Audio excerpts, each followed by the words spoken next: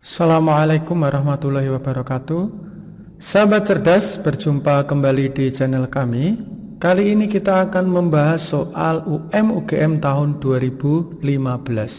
Kita mulai dari nomor 56. Apabila terjadi inflamasi lokal, histamin akan diproduksi.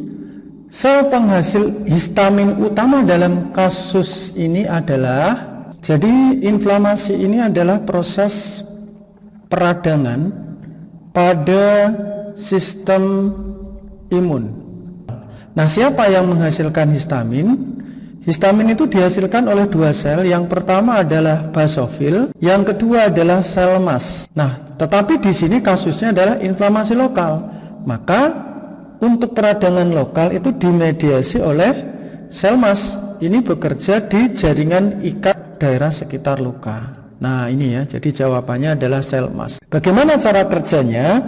Biasanya meningkatkan permeabilitas jalur kapiler supaya sel-sel darah putih leukosit ini bisa masuk ke jaringan yang luka dan bisa menyerang patogen-patogen atau penyakit. Begitu ya, sahabat cerdas ya. Kalau untuk yang lain, limfosit ini adalah penghasil antibodi, neutrofil ini untuk memakan kuman, fagosit, makrofag ya, ini memakan dalam jumlah yang banyak, contohnya seperti monosit.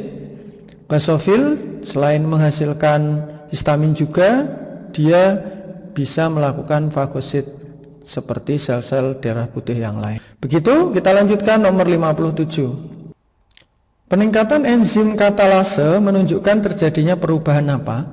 Jadi enzim katalase, sahabat cerdas ya, ini juga dikenal sebagai peroksidase, sehingga memecah asam peroksida menjadi air dan oksigen. Ya, berarti asam peroksida itu hidrogen peroksida menjadi air dan oksigen. Jawabannya 57C. Kita lanjutkan nomor 58. Fungsi utama jaringan bunga karang pada daun adalah, jadi kalau kita gambarkan ini ada organ daun ya. Nah, ini ada jaringan terluarnya, epidermis atas, ini epidermis bawah ada stomata. Di sini ada jaringan tiang atau palisade. Di sini juga ada jaringan pembuluh ya, xilem sama floem. Nah, yang biru ini adalah jaringan spons atau bunga karang. Ini keduanya ini merupakan jaringan tengah daun atau mesofil yang terdiri dari palisade jaringan tiang dan bunga karang yang disebut spon. Nah, di kedua bagian ini terjadi proses yang disebut sebagai fotosintesis. Kenapa? Karena di sini mengandung zat-zat klorofil ya. Nah, sehingga akan membentuk glukosa sebagai hasil fotosintesis ya. Jadi jawabannya adalah untuk fotosintesis berarti menyimpan cadangan makanan. Begitu ya, sahabat cerdas. Kita lanjutkan nomor 59. Diketahui bahwa salah satu rantai DNA tersusun 23 A-nya, 37 T-nya, 16% C-nya, 24% guanin. Komposisi basa rantai DNA tersebut adalah, ini ada kalimat satu rantai ya. Jadi sahabat cerdas, DNA itu punya basa nitrogen yang tersusun oleh Agustus ya. Ini adalah basa purin, adenin guanin ya. Timin sitosin ini merupakan basa pirimidin. Nah, dia berpasangan karena rantainya satu, dia harusnya punya rantai dua atau double helix. Nah, di sini ada ikatan-ikatan hidrogen yang menghubungkan basa nitrogen antara purin dengan pirimidin. Pasangannya A itu berpasangan dengan timin, guanin berpasangan dengan sitosin. Nah, ini sahabat cerdas ya. Nah, totalnya semuanya harus 100. Kita lihat ya di sini ya. Diketahui kalau satu pita ini ada A, ini ada 23% A-nya. Kemudian T-nya ada 37, C-nya 16 dan G-nya ada 24. Nah, maka dalam satu pita satu pasangannya, kita gambar biru saja ya di sini ya. Di sini juga ada T, di sini pasangannya A, di sini G, di sini C. Maka ini harus sama. Di sini ada 23, di sini ada 37, di sini 16 dan di sini 24. Nah, sekarang kita total semua ya, sahabat cerdas ya. A-nya berarti 23 tambah 37. Sama dengan ya, kita tulis saja 23 tambah 37 sama dengan 60 ya. Sementara T-nya 37 tambah 23 ya. T-nya 37 tambah 23 sama juga, sama dengan 60. Nah, ini yang C-nya ya, pasangan C-nya ada 16 ditambah 24. 16 ditambah 24 sama dengan 40. Terus terakhir adalah G-nya ada 24 ditambah 16 ada 40 juga. Nah, jadi kalau kita total ada A-nya 60, T-nya ada 60, C-nya ada 40 dan G-nya ada 40 ya. Nah, di sini kalau rantainya ini 2, padahal di sini ini harus 100. Ini harus 100 ya. Berarti kalau 2 rantai kita bagi 2 A-nya. Di sini 60 bagi 2 ada 30, 60 bagi 2 30, ini 20, ini 20, jadi totalnya ada 100. Nah, ini jawabannya sahabat cerdas ya. Berarti A-nya 30, T-nya 30, terus C-nya 20 dan G-nya 20. Jadi jawabannya adalah A, sahabat cerdas ya. Oke, kita lanjutkan ke nomor 60. Pernyataan berikut adalah benar mengenai DNA mitokondria. Kita lihat ya, kecuali berarti yang salah. Kita lihat gambar DNA mitokondria berikut. Nah, ini adalah gambar DNA mitokondria. Bentuknya adalah melingkar ya, jadi berbentuk sirkuler jalin ganda, ini benar. Kemudian adanya karena DNA ini berada di dalam mitokondria, jadi berfungsi khusus terutama di dalam proses respirasi sel. Jadi ciri yang kedua adalah DNA mitokondria itu diturunkan hanya secara maternal, sehingga bisa digunakan untuk menentukan hubungan kekerabatan. Nah, seperti ini ya, sahabat cerdas ya. Jadi diturunkan secara maternal, digunakan menentukan hubungan kerabat, terutama dari keluarga ibu, mengkode protein khusus yang diperlukan, contohnya digunakan saat respirasi, mengkode protein struktural dan fungsional, ini tugas dari DNA nukleus. Jadi kecuali adalah E, sahabat cerdas, nomor 60. Kita lanjutkan nomor 61.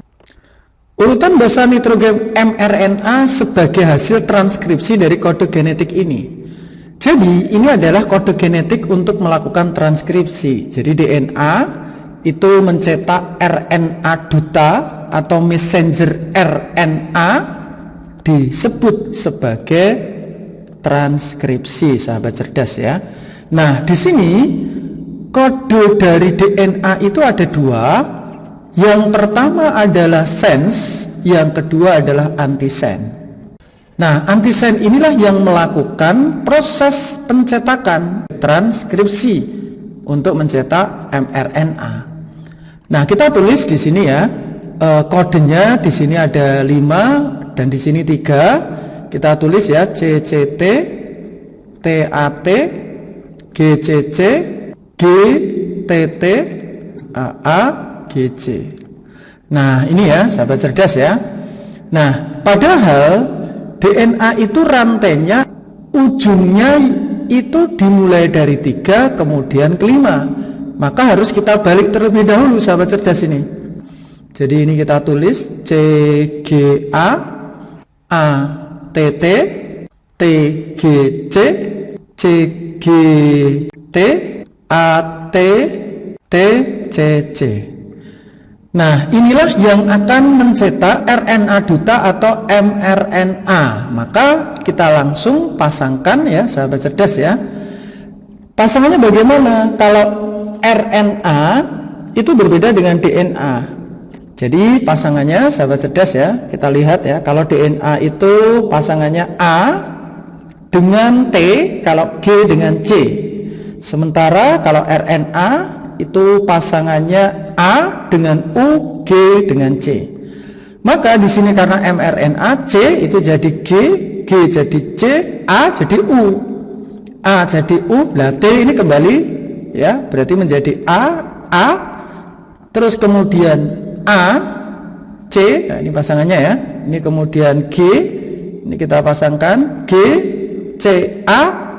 Terus kita lanjutkan, A di sini ada U, A, C-nya jadi GG. Nah, kemudian di sini kebalik, di sini jadi 5, di sini jadi 3. Berarti yang masuk GCU dulu adalah C. Ya, ada UA. Nah, begini sahabat cerdas ya. Ini adalah nomor 61C. Kita lanjutkan nomor 62.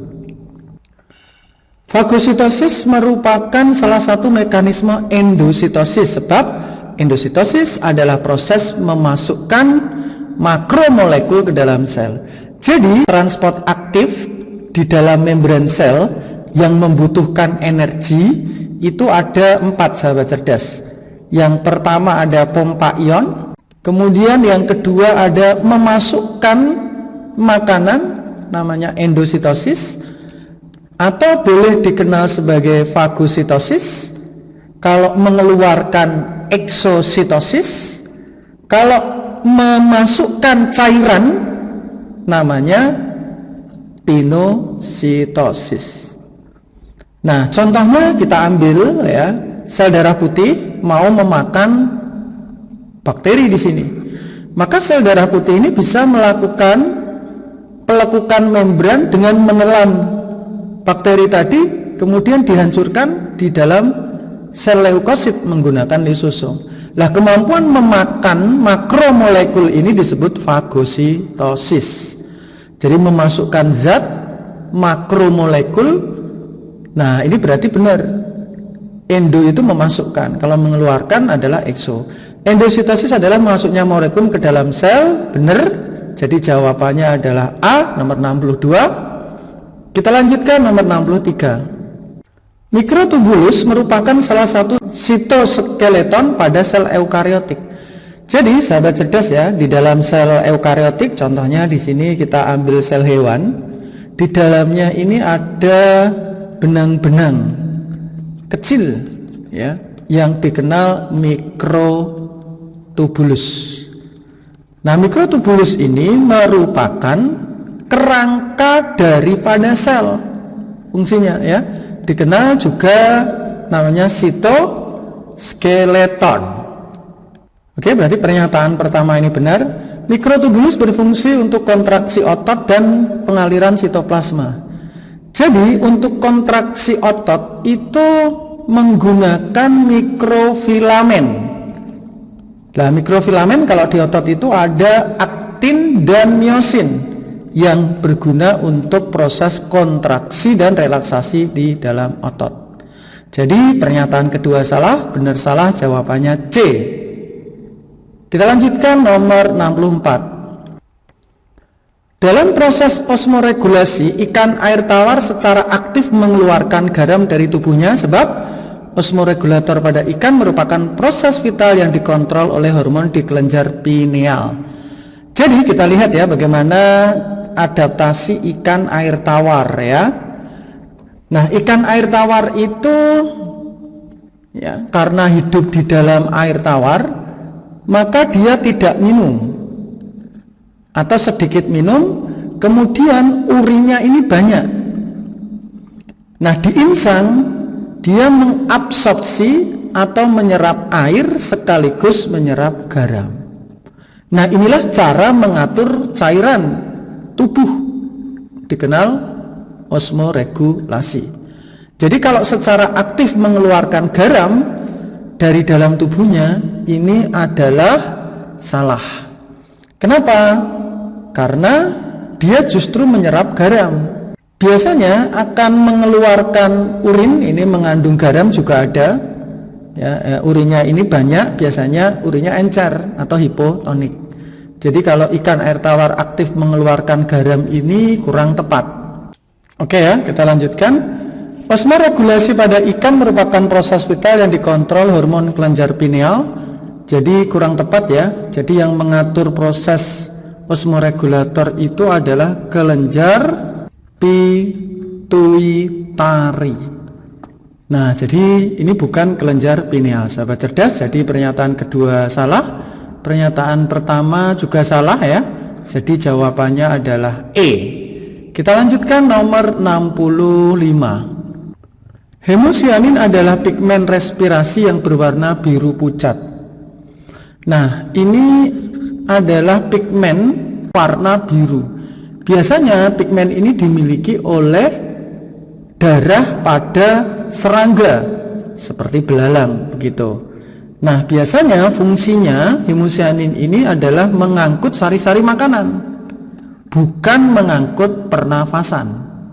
Nah, respirasi di dalam serangga itu langsung masuk dari saluran trakea, berdifusi ke dalam jaringan tanpa diangkut oleh hemosianin. Jadi pernyataan pertama ini salah, sahabat cerdas. Ya, jadi fungsi hemosianin itu hanya mengangkut sari-sari makanan. Hemosianin merupakan pigmen yang mengandung curprum. Ya. Nah, ini adalah kandungan dari hemosianin. Jadi hemosianin itu warna biru mengandung Cu. Berarti curprum atau tembaga. Berarti benar ya. Jadi salah benar jawabannya D. Kalau hemoeritrin sama hemoglobin itu mengandung besi atau Fe. Kita lanjutkan nomor 66. Kelas Coniferinae merupakan anggota gimnospermae yang berumah dua. Sebab kelas Coniferinae menghasilkan dua macam strobilus pada satu individu tanaman.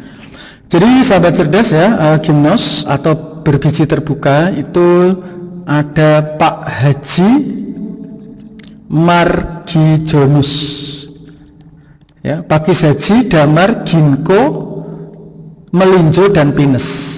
Nah, jadi Pakis Haji ya, Pakis Haji itu masuk kelompok namanya Cisadinae, sikas rumpi ya, contohnya tadi Pakis Haji. Yang kedua, Ginkgo ini masuk kelompok Ginkgoinae. Ini Ginkgo biloba ini tanaman khas Tiongkok. Yang ketiga, Melinjo itu masuk Gnetinae. Ini contohnya Melinjo. Dan yang keempat, Pinus itu dikenal Coniferinae, yaitu daun yang berbentuk jarum. Nah, jadi Pinus itu masuk Coniferinae. Oh ya, untuk Damar ini juga masuk kelompok Coniferinae ya. Jadi ini ada Pinus, juga ada Damar. Nah, termasuk gimnospermae benar, berumah dua. Nah, ini salah. Kenapa? Dia berumah satu. Jadi Pinus itu berumah satu, artinya dalam satu pohon itu ada alat kelamin jantan dan alat kelamin betina, tapi terpisah. Bukan berumah dua, melainkan berumah satu. Berarti ini salah. Kelas Coniferinae menghasilkan dua macam strobilus, benar, pada satu individu tanaman. Nah, ini benar. Jadi di dalam satu individu tanaman ada strobilus jantan dan ada strobilus betina. Jadi salah benar jawabannya sahabat cerdas, yaitu adalah D nomor 66. Kita lanjutkan nomor 67. Karbohidrat hasil fotosintesis yang ditransport ke sel lain umumnya dalam bentuk sukrosa. Jadi sahabat cerdas ya, dalam fotosintesis itu menghasilkan glukosa, nanti tersimpan dalam bentuk amilum. Nah, glukosa ini termasuk kelompok monosakarida. Tersimpannya dalam bentuk tepung, amilum atau pati tadi, ini dikenal sebagai polisakarida. Nah, biasanya kalau diangkut oleh floem yang mengangkut hasil fotosintesis, monosakarida ini harus bergabung dulu sejenis monosakarida yang lain, yaitu glukosa itu bergabung dengan fruktosa. Nah, jadilah namanya disakarida, yaitu sukrosa. Nah, jadi sukrosa itu sejenis gula disakarida, kelompok gula yang paling banyak, paling melimpah di tumbuhan. Ini contohnya gula tebu ya.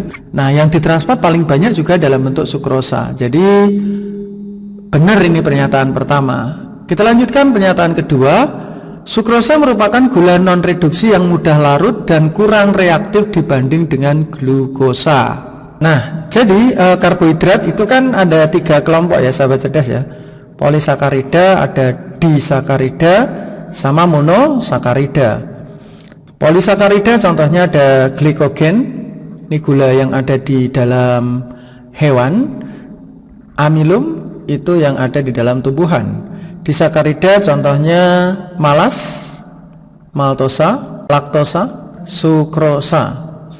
Monosakarida itu contohnya adalah glukosa, kemudian fruktosa, dan galaktosa. Nah, biasanya ya, gula disakarida dan monosakarida ini yang larut di dalam air. Kalau polisakarida ini yang tidak larut di dalam air. Jadi kalau sukrosa merupakan gula yang larut dalam air, ini benar. Nah, glukosa, fruktosa, galaktosa, maltosa, laktosa itu adalah gula pereduksi. Nah, kecuali yaitu sukrosa. Sukrosa itu gula non pereduksi. Nah, berarti betul ini pernyataan ini. Jadi sukrosa adalah gula non pereduksi. Nah, kenapa? Karena antar molekul sukrosa ini membentuk sebuah hubungan atau jembatan asetal, itu yang membuat sukrosa adalah gula non reduksi yang berarti kurang reaktif dibanding dengan gula lainnya. Seperti itu ya sahabat cerdas ya. Jadi pernyataan kedua ini benar, pernyataan pertama benar ya. Jadi nomor 13 benar-benar jawabannya adalah B, nggak nyambung ya. Oke, kita lanjutkan nomor 68. Reproduksi seksual pada Lumbricus terrestris terjadi melalui pembuahan silang. Sahabat cerdas ya, ini cacing tanah. Biasanya cacing tanah ini hermaprodit atau berkelamin ganda. Contohnya ini ada organ jantannya, testis, kemudian ada organ betinanya namanya ovarium. Nah, kemudian di sini ada cacing satu, kemudian ini cacing dua saling menempel. Ya, di sini ada jantan, kemudian di sini ada betinanya.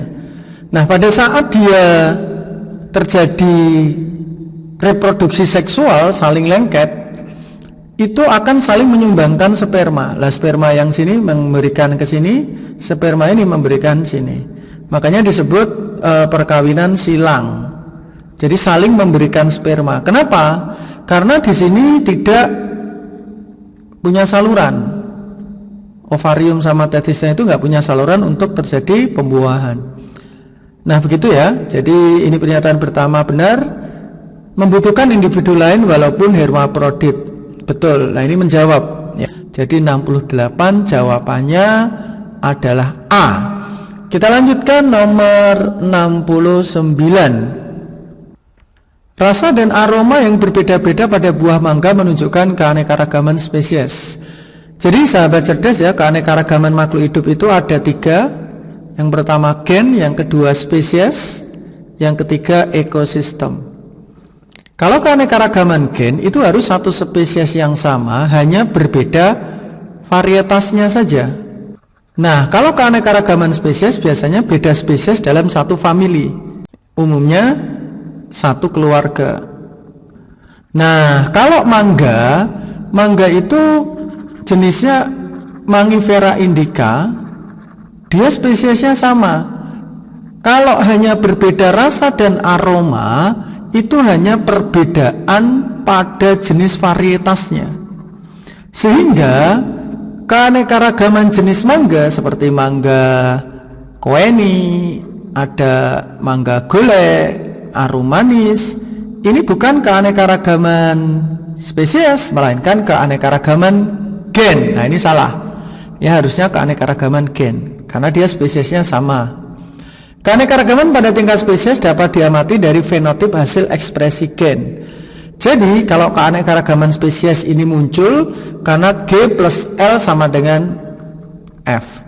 Ini genotipnya, ini dipengaruhi nanti plus L-nya ini dipengaruhi oleh lingkungan, menghasilkan penampakan atau yang disebut fenotip. Betul ya, berarti ekspresi gen yang berinteraksi dengan lingkungan nanti membentuk sebuah fenotip atau sifat yang tampak. Salah benar jawabannya adalah D, sahabat cerdas. Kita lanjutkan nomor 70. Persamaan mitokondria dan kloroplas adalah keduanya apa? Jadi sahabat cerdas ya, pertama, mitokondria ini fungsinya adalah untuk respirasi. Yang kedua, kloroplas itu fungsinya adalah untuk fotosintesis. Nah, ini kita gambarkan ya. Nah, ini membrannya berlekuk-lekuk ini, mitokondria ya. Kita tulis dulu. Yang pertama adalah mitokondria, yang kedua adalah kloroplas. Keduanya adalah bisa menghasilkan energi nih. Jadi dia bisa menghasilkan ATP, ini juga bisa menghasilkan energi. Nah, yang kedua adalah membrannya rangkap dua nih. Jadi organel yang bermembran ganda. Pada saat terjadi interfase atau istirahat, ada duplikasi organel, bisa mitokondria ataupun kloroplas. Jadi ini benar. Di dalam mitokondria maupun di dalam kloroplas ini ada DNA. Makanya kedua organel ini bekerja semi autonom. Jadi bisa bekerja sendiri tanpa dipengaruhi oleh inti sel karena memiliki DNA. Ini betul ya. 1, 2, 3. Jadi jawabannya A. Kalau yang 4 salah, apoptosis ini program kematian sel, biasanya dikendalikan oleh lisosom, sahabat cerdas ya. Kita lanjutkan nomor 71. Dalam suatu eksperimen pengukuran laju metabolisme ikan, kenaikan suhu air menyebabkan pergerakan membuka dan menutupnya operkulum, tutup insang ikan, menjadi lebih cepat. Kenapa? Jadi kalau suhunya tinggi, panas, ikan ini akan cepat membuka dan menutup operkulum. Kenapa? Kalau suhu tinggi dia harus membutuhkan metabolisme tinggi. Ya, seperti itu. Jadi sebagai bentuk penyesuaian ikan dengan kondisi lingkungan yang panas, maka dia harus melakukan metabolisme tinggi. Seperti manusia itu kalau panas dia akan keluar keringat gitu. Nah, sehingga metabolismenya cepat, maka kebutuhan oksigennya harus cepat. Kalau suhu yang tinggi itu menunjukkan bahwa di air itu mengalami oksigen yang terlarut dalam air ini turun. Nah, kalau dia turun, maka dia juga akan mengambil air itu secepat mungkin. Tandanya ya, ikan itu membuka menutup stomata itu bukan karena suhunya naik saja, tetapi menandakan kekurangannya oksigen di dalam air. Nah, berarti nomor 1 benar, nomor 2 benar ya, nomor 3 benar. Ini bukan penurunan CO2. Biasanya kalau oksigen di dalam air itu turun, maka CO2 di dalam air akan naik. Seperti itu ya, sahabat cerdas ya. Nah, ini salah. Jadi 1, 2, 3 jawabannya A, nomor 71. Kita lanjutkan nomor 72. Pada masa perkembangan embrio hewan, ektoderm akan berkembang menjadi apa? Jadi tubuh hewan itu tersusun oleh 3 lapis, dikenal sebagai triploblastik. Ada lapisan luar ekto, kemudian tengah meso, dan di dalam endo. Nah, ekto ini akan menjadi kuinsap, ada kulit, ada indera, dan sistem saraf. Kalau meso itu ada gerak refleks, sistem gerak, reproduksi, ekskresi, dan transportasi. Endo ada persen, ada pernafasan dan pencernaan. Ya, seperti itu. Jadi kulit epidermis saraf, epidermis itu bagian dari kulit, ya, bisa. Kalau pencernaan ini adalah bagian dari lapisan endoderm. Jadi jawabannya 1, 2, 3A ya, sahabat cerdas ya. Kita lanjutkan nomor 73. Kita bacakan. Dalam filogenik chordata, hewan bersumbu tulang, hewan yang terdapat dalam satu percabangan dengan mamalia berdasarkan keberadaan amnion adalah, jadi amnion ini merupakan membran janin atau fetus, biasanya berisi cairan ya. Nah, ini untuk mencegah kekeringan ya, mengurangi resiko guncangan gitu. Nah, organisme yang termasuk kelompok amnion, amniota, itu ada 3 kelompok, sahabat cerdas ya. Jadi amniota ini RAM. Yang pertama adalah kelompok reptil, kemudian ada aves dan ada mamalia. Sementara Pisces ikan sama amfibi belum memiliki amnion. Ya, jadi yang memiliki amnion itu adalah reptil dan aves. Jawabannya 2 dan 4 C. Kita lanjutkan ke nomor 74. Dalam konservasi air, pengelolaan kelembapan tanah berkaitan dengan apa? Jadi tanah ini, sahabat cerdas ya, ini bisa dikelola biar lembab ya. Contohnya air hujan turun gitu ya. Kemudian biar tetap lembab dikasih contohnya mulsa ya. Kalau di dalam pertanian itu seperti plastik hitam untuk menjaga kelembapan tanah. Nah, ini berkaitan dengan apa? 1, konservasi air ini bisa menjaga tekstur tanah. Jadi berkaitan dengan tekstur tanah agar tidak kering. Nah, tidak kering padat sehingga tanah akan menjadi subur gembur. Yang kedua, ini berkaitan dengan proses pengelolaan tanah.